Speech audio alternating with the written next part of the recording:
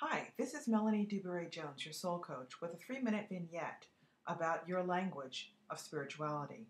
Did you know that if you're speaking English, that it may be your greatest obstacle to having a sustainable, consistent spiritual connection? How could that be true? And what do you do? Well, in the Native American traditional way and the languages of the Native Americans, of which I'm a part of, we use a language that is verb-based. Not verb-based as Westerner things in terms of consistent action all the time, but verb-based in sense of creating a connection, a flow. The language is completely verb-based. In English language, our language here is actually noun-based. Did you know that noun-based languages are about things being static? Static enough for us to categorize, judge, and label. Not a bad system, but not one that's going to keep you in connection and flow. In fact, I would actually say that if you're speaking English as a part of your spiritual practice, it could be your largest obstacle to actually feeling those moments of connection and flow and having a sustainable connection to spirituality. So what do you do if you're a native English speaker? Do you learn another language and start chanting mantras in different languages? Sure, you could do that. But you can also use your noun-based language in a verb-based reality to change your perspective, change how you think, and ultimately change your everyday experience.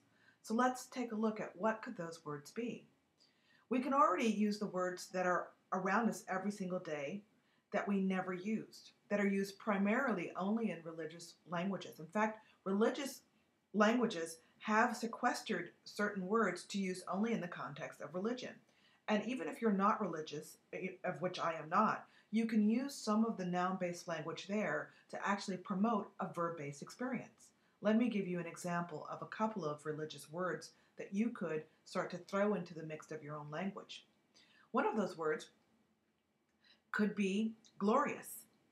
Instead of saying this is good, you can actually say this is glorious. Another word you could use is commune or communion. In fact, you can think of your next meeting or get-together as a holy communion. Doesn't that change your perspective about what you'll say and how you'll say it and who you'll show up to be?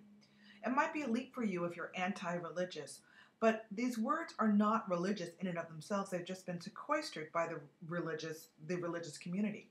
These are just words. And while you can't change their meaning, you can adopt them and make them mean what you want them to mean as you're heading into your next reunion or communion.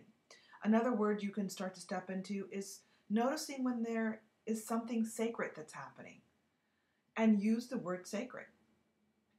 One other word, which is not necessarily confined to religion, but is the word peace. People often use the word calm, but if you actually want to have more peace and experience more peace, you can just use the word peace. This is Melanie DewBerry Jones with your 3.5-minute vignette, The Soul Coach. Visit me at www.melaniedewberryjones.com. Thank you.